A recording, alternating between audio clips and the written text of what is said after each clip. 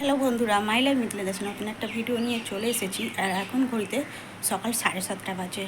আমার সকালের যে কাজ, সে কাজগুলো হয়ে গিয়েছে। গিয়ে আমি ভাত বসিয়েছি, ডিমের তরকারি করব। আর ফ্রিজে মাছ ছিল, ভাবলাম মাছ করব, কিন্তু ফ্রিজে বরফ জমে গেছে। মাছগুলো আমি বার করতেও পারবো না, করতেও পারবো না। এখন মাছ গলাতে অনেক সময় নেবে, অর্থাৎ মাছগুলো বেলায় করব। যেহেতু আজকে আমার মা আসবে, মাছটা বেলাই করব। আর এখন ডিমের তরকারি করব। আর দেখি আর কি একটা হয়তো ভাজা করব। আর তোমাদেরকে দেখাই, বাড়ির সবাই ঘুমাচ্ছে, এখনও পর্যন্ত কেউ ওঠে। এই দেখো, ছোটো মেয়ে এদিকে ঘুমাচ্ছে। এই দেখো, কোলবালিশ জড়িয়ে নিয়ে ঘুমাচ্ছে। যতক্ষণ আমি থাকি ততক্ষণ আমাকে জড়িয়ে নিয়ে ঘুমায়। আমি উঠে গেছি, এবার কোলবালিশ জড়িয়ে নিয়ে এই দেখো বন্ধুরা, এই গাছটা আজকে কত ফুল ফুটেছে। দেখো, এই একটা, এই একটা, এই একটা, এর ভেতরে একটা আছে, এই যে ভেতরে একটা আছে, এই একটা আছে, এই আছে, এই একটা,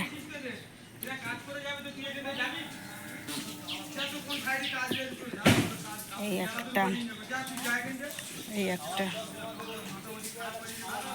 আর এই দেখো, আমি রোদ্দুর উঠেছে, এই সব জামা কাপড় কেচে মেলে দিয়েছি।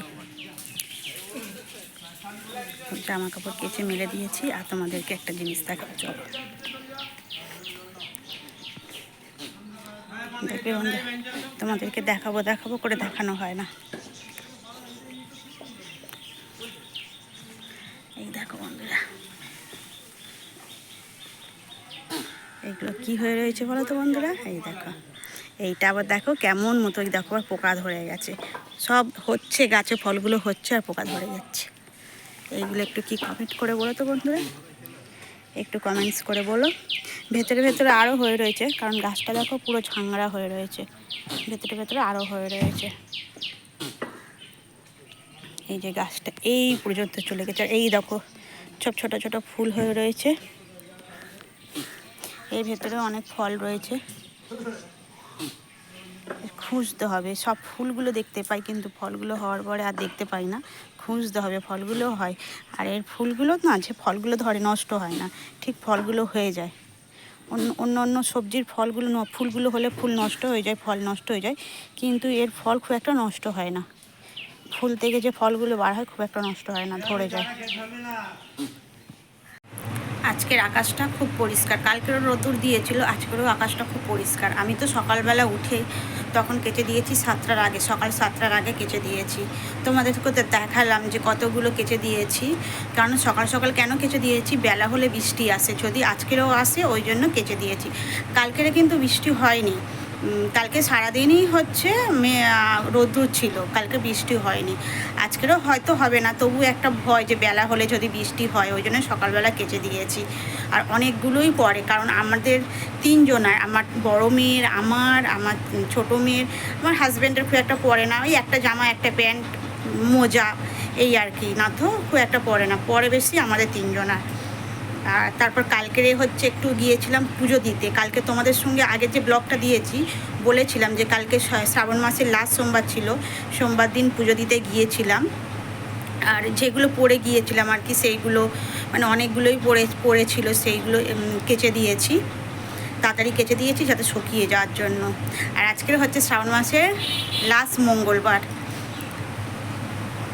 আজকে শ্রাবণ মাসের লাস্ট মঙ্গলবার, মানে এবছরের মতো শ্রাবণ মাস শেষ, আবার 1 বছর অপেক্ষা করতে হবে। তো চলো সঙ্গে থাকো, ভিডিওটা দেখো। প্যাকেটটা তোমরা দেখতেই পাচ্ছ। কেন আলু প্যাকেটে রাখি বলছি, আমাদের তো গ্রাম সাইড, আর এই সময় মাঠ ফাঁকা, আর মাঠের ছত ইঁদুর পরে চলে আসে, ওই জন্য প্যাকেটে করে ঝুলিয়ে রাখি। এমনি নর্মাল কোনো জায়গায় করে রাখলে, কোনো আলুর জায়গায় করে রাখলে, মানে ছড়ি হোক, যে এতে ব্যবহার করে আর কি, রাখলে কি হয়, দূরে সব একটা একটা করে মানে খেয়েও নেয় আর বই নিয়ে চলে যায়। ওই জন্য প্যাকেটে করে রেখে দিই। তাও প্যাকেটের মধ্যে দিয়েও খায়। প্যাকেটের মধ্যে রেখে কোনো একটা জায়গায় ঝুলিয়ে রেখে দিই, যাতে না ইঁদুর নিয়ে যেতে পারে।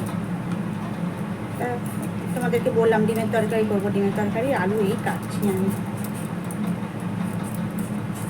ওদিকে ভাতটা বসিয়ে দিয়েছি, ভাতটা ফুটবো হয়ে এসছে। আর এই ডিমের তরকারি আলু কাটছি।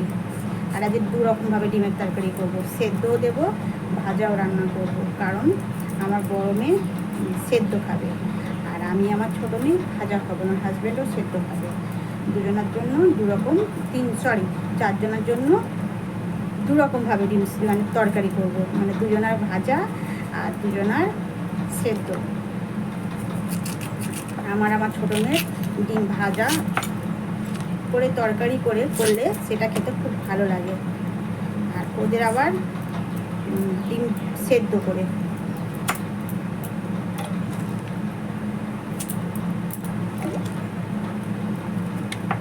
চলো ভিডিওটা বাড়াবো না, এই পর্যন্ত। ভালো লাগলে লাইক কমেন্ট শেয়ার আর আমার চ্যানেলটাকে সাবস্ক্রাইব করে দিও। দেখা হচ্ছে নতুন একটা ব্লগে। টাটা বন্ধুরা।